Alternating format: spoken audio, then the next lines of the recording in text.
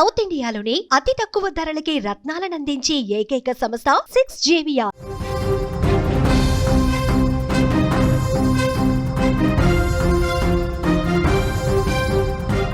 కూకట్పల్లి రేణు హత్య కేసులో షాకింగ్ విషయాలు బయటకు వస్తున్నాయి. చంపింది ఇంట్లో పని వాళ్లే అని తేల్చేశారు పోలీసులు. డబ్బు బంగారం కోసమే దారుణంగా హత్య చేశారు. లాకర్ తాళం ఇవ్వకపోవడంతో గొంతు కోసి చంపారు. హత్య తర్వాత రేణు స్కూటీలోనే వాళ్ళు పరారైపోయారు. హఫీజ్పేట్ రైల్వే స్టేషన్లో స్కూటీ కూడా దొరికింది. జార్ఖండ్ పారిపోయారు ఆ నిందితులు. అరెస్టు చేసేందుకు ప్రత్యేక బృందాలు జార్ఖండ్కి వెళ్ళాయి. హైదరాబాద్ కూకట్పల్లిలో జరిగిన రేణు అగర్వాల్ హత్య కేసులో ఇప్పుడు షాకింగ్ విషయాలు కొన్ని బయటకు వస్తూ ఉన్నాయి. ఇన్వెస్టిగేషన్లో వాస్తవాలు తెలుస్తూ ఉన్నాయి.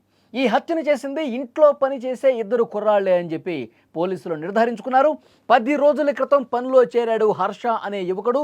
అతనితో పాటు అదే భవనంలో పనిచేసే రోషన్ అనే మరో యువకుడు ఈ దారుణానికి పాల్పడినట్లుగా తెలుస్తోంది. వీళ్ళు ఇద్దరూ పశ్చిమ బెంగాల్కి చెందినటువంటి స్నేహితులు. ఇంట్లో నగదు బంగారం ఎక్కువగా ఉంటుందని చెప్పి పసిగట్టి వాటిని దోచుకోవాలని చెప్పి ప్లాన్ చేసుకున్నారు. ఎవరైతే ఇద్దరు దుండగులు ఉన్నారో వాళ్ళిద్దరూ కూడా జార్ఖండ్ రాష్ట్రానికి సంబంధించిన వాళ్ళు. ఇప్పుడు ఎవరైతే చనిపోయిందో వీళ్ళు పశ్చిమ బెంగాల్ నుంచి వచ్చి ఇక్కడ ఉంటా ఉన్నారు. ఫతేనగర్ బాలానగర్ దగ్గర ఫతేనగర్ ఒక హోల్సేల్ స్టీల్ దుకాణం ఉంది. దాన్ని నడిపిస్తూ ఉంటారు. ఉదయాన్నే 10 గంటలకి భర్త తమ కుమారుడు ఇద్దరూ కూడా అక్కడికి వెళ్ళిపోయారు. మధ్యాహ్నం 12 గంటల తర్వాత ఈ ప్లాన్ అమలు చేశారు ఆ ఇంట్లో పనిచేసే పనివాళ్ళు. రేణు అగర్వాల్ ఒంటరిగా ఉన్న సమయం చూసి హర్ష రోషన్లు తమ పథకాన్ని అమలు చేశారు. మొదట ఆమె కాళ్ళు చేతులు కట్టేశారు. లాకర్ తాళాలు ఎక్కడున్నాయో చెప్పాలి అంటూ చిత్రహింసలు గురి చేశారు. ఆమె చెప్పలేదు. కోపంతో ఆమెను అదేవిధంగా చిత్రహింసలు పెట్టి చివరికి ప్రెషర్ కుక్కర్తో తల మీద గట్టిగా కొట్టి చంపేశారు.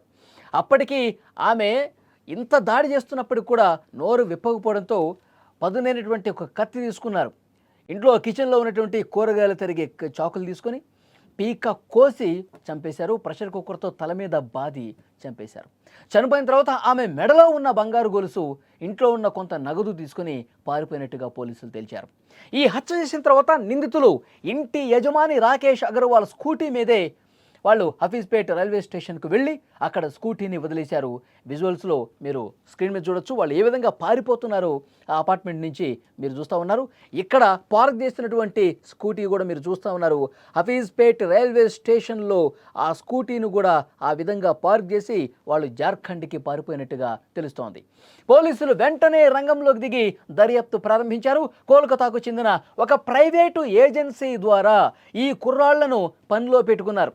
పోలీసులు ఆ ఏజెన్సీని సంప్రదించి పూర్తిగా వివరాలు తెలుసుకున్నారు. సీసీటీవీ ఫుటేజీలు ఇతర ఆధారాలు సేకరించి నిందితుల్ని గుర్తించారు. వెంటనే వాళ్ళని అరెస్ట్ చేసేందుకు ప్రత్యేక బృందాలు కూడా రంగంలోకి దిగాయి.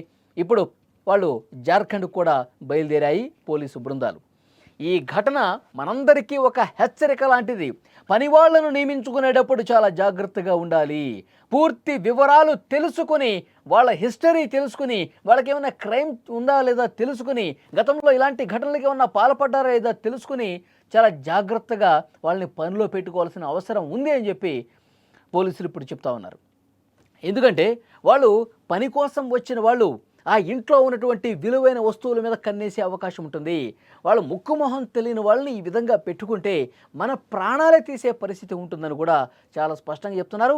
వాళ్ళ గురించి పూర్తి ఇన్ఫర్మేషన్ తెలుసుకున్న తర్వాతే మీరు పనిలో పెట్టుకోండి. అంతేగాని మీరు వేరే ఎక్కడి నుంచో కాంటాక్ట్ తీసుకుని ఒక ఏజెన్సీ నుంచి ఈ విధంగా పనిలో పెట్టుకుంటే వాళ్ళకి మీకు ఏమాత్రం సంబంధాలు ఉండవు. అతను ఎక్కడి నుంచి వచ్చాడు, ఏం చేస్తూ ఉంటాడు, అతనికి సంబంధించిన మనుషులు ఇక్కడ ఎవరన్నా ఉన్నారా, అతను ఏమైనా తప్పు చేస్తే మనం ఎవరికి చెప్పాలి, ఇవన్నీ కూడా ఉంటాయి కదా.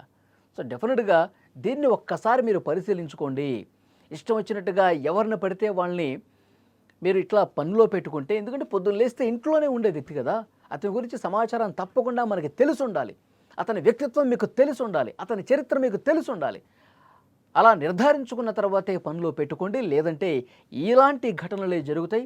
ఇలాంటి ఘటనలు జరిగినప్పుడు మన ప్రాణాలు పోయే ప్రమాదం కూడా ఉంది. కాబట్టి ప్రతి ఒక్కరూ కూడా జాగ్రత్తగా ఉండాలని చెప్తున్నారు. అయితే ఇక్కడ ఈ ఫ్యామిలీ ఎవరైతే ఉన్నారో వీళ్ళ బ్రదరే, రాకేష్ అగర్వాల్ బ్రదరే పై పోర్షన్లో ఉంటారు. వాళ్ళు పై ఫ్లాట్లో ఉంటారు. అక్కడ 9 నెలలుగా పనిచేస్తూ ఉన్నాడు. ఎవరు? ఇక్కడ రోషన్ అనే వ్యక్తి జార్ఖండ్ నుంచి వచ్చాడు. ఇదే విధంగా పనిలో కుదుర్చుకున్నారు. 9 నెలల నుంచి పనిచేస్తూ ఉన్నాడు.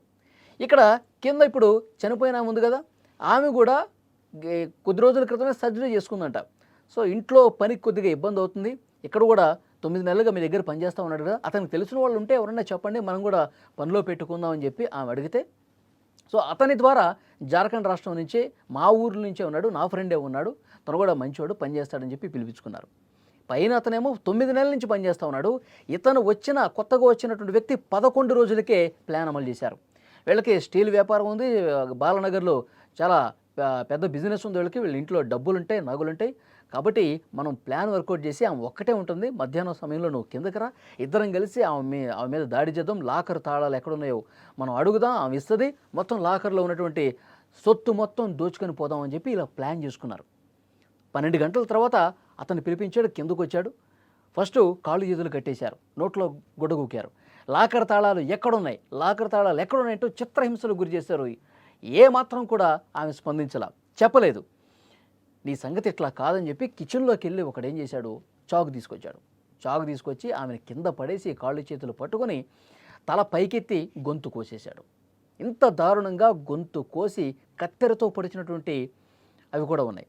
ఆ ప్రెషర్ కుక్కర్ పట్టుకుని తల మీద బాదినటువంటి ఆనవాళ్ళు కూడా పోలీసులు గుర్తించారు. ఇంత దుర్మార్గంగా పనిలో పెట్టుకున్న వాళ్ళే, విశ్వాసంగా ఉండాల్సినటువంటి వాళ్ళే ఈ విధంగా దారుణాలకి తెగబడి ప్రాణాలు తీసేసి, ఇంకా ఆ లాకర్ తాళం చెప్పకపోయేసరికి అక్కడ ఉన్నటువంటి వాళ్ళు ఇంత దుర్మార్గానికి పాల్పడే వాళ్ళు చంపేశారండి.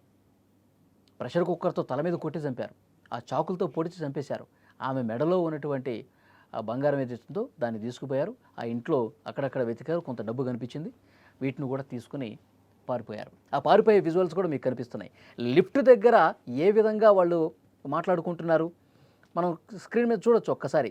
ఏమన్నా అంటుకుందా? ఎందుకంటే వాళ్ళు అక్కడే ఆమెను చంపేసిన తర్వాత బట్టలు మార్చుకొని వాళ్ళు బాత్రూంలోకి వెళ్ళి అక్కడే స్నానం కూడా చేసేసి బట్టలు మార్చుకొని లిఫ్ట్ దగ్గరకు వచ్చి మాట్లాడుకుంటున్నారు.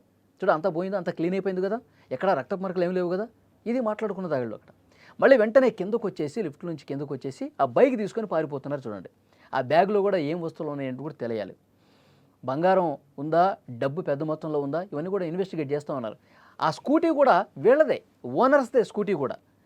అదే స్కూటీలో వాళ్ళు వెళ్ళిపోయారు. ఎందుకంటే 9 రోజుల నుంచి పని చేస్తున్నాడు కదా, 11 రోజులుగా.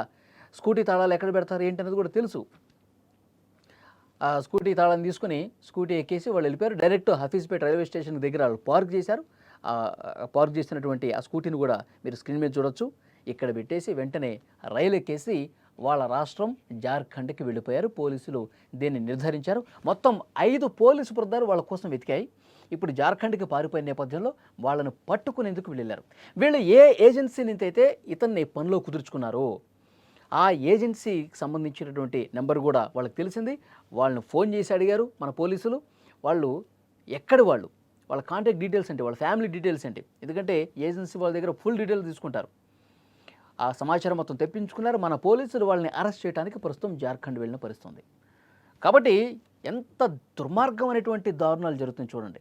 నమ్మి పనిలో పెట్టుకుంటే పని చేయకుండా డబ్బుకి ఆశపడి లూటీలు చేసి ఈ విధంగా దోచుకుపోతున్నటువంటి పరిస్థితి. అడ్డొచ్చిన వాళ్ళని నిర్దాక్షిణ్యంగా కత్తులతో పొడిచి దారుణంగా చంపి పారిపోతున్నటువంటి పరిస్థితి కనిపిస్తుంది. కాబట్టి పోలీసులు హెచ్చరిస్తున్నారు. హైదరాబాదులో పట్టపగలు ఒక అపార్ట్మెంట్లో ఇంత దుర్మార్గంగా వాళ్ళు చంపేసిపోతున్నారంటే భద్రత ఉందా అని చెప్పి మాట్లాడుతున్నారు. హైదరాబాద్లో మహిళలకు అసలు రక్షణ లేకుండా పోయింది. ఎప్పుడు ఎవడొచ్చి దాడి చేసి చంపేస్తాడో తెలియనటువంటి ఒక అగమ్య పరిస్థితి ఇక్కడ కనిపిస్తోందని చెప్పి మాట్లాడుతున్నారు. ఆ అపార్ట్మెంట్లో ఉన్నవాళ్ళు మిగతా ఫ్యామిలీ కుటుంబాలు కూడా భయంతో వణికిపోతూ ఉన్నారు. అసలు ఏ టైంలో ఏం జరుగుతుందో చెప్పలేని పరిస్థితి సార్. ఎవడొచ్చి చంపుతాడో అనేది కూడా మాకు భయం కనిపిస్తోంది. మన కూకట్పల్లిలో సహస్రని పక్క ఫ్లాట్ వాడే, మళ్ళీ వాడు కూడా మైనరు, కత్తితో పొడిచి చంపల పట్టపగలు. ఇలాంటి దారుణాలన్నీ జరుగుతున్నాయి. మాకు రక్షణ కల్పించండి, మాకు భద్రత కల్పించండి, మా లైఫ్కి గ్యారంటీ లేకుండా పోతుందని చెప్పి ఆ అపార్ట్మెంట్ వాసులు కూడా వాళ్ళకి 2 రోజుల నుంచి నిద్రలేవు. ఎందుకంటే ఆ చనిపోయిన ఆమె రక్తపు మడుగులో అలాంటి ఒక దారుణమైనటువంటి సిచ్యువేషన్లో కనిపించింది. అంత దారుణంగా అమానుషంగా కత్తులతో పొడిచి చంపారు, ప్రెషర్ కుక్కర్తో తల మీద కొట్టేసి చంపారు. సో డెఫినెట్గా ఈ వీడియో చూసిన తర్వాత మీకేమనిపిస్తుంది? పనిలో పెట్టుకున్న వాళ్ళే నిర్దాక్షిణ్యంగా దారుణంగా చంపేసి ఉన్న విలువైన వస్తువుల్ని దోచుకుపోయారంటే మీకేమనిపిస్తోంది? కామెంట్ చేయండి.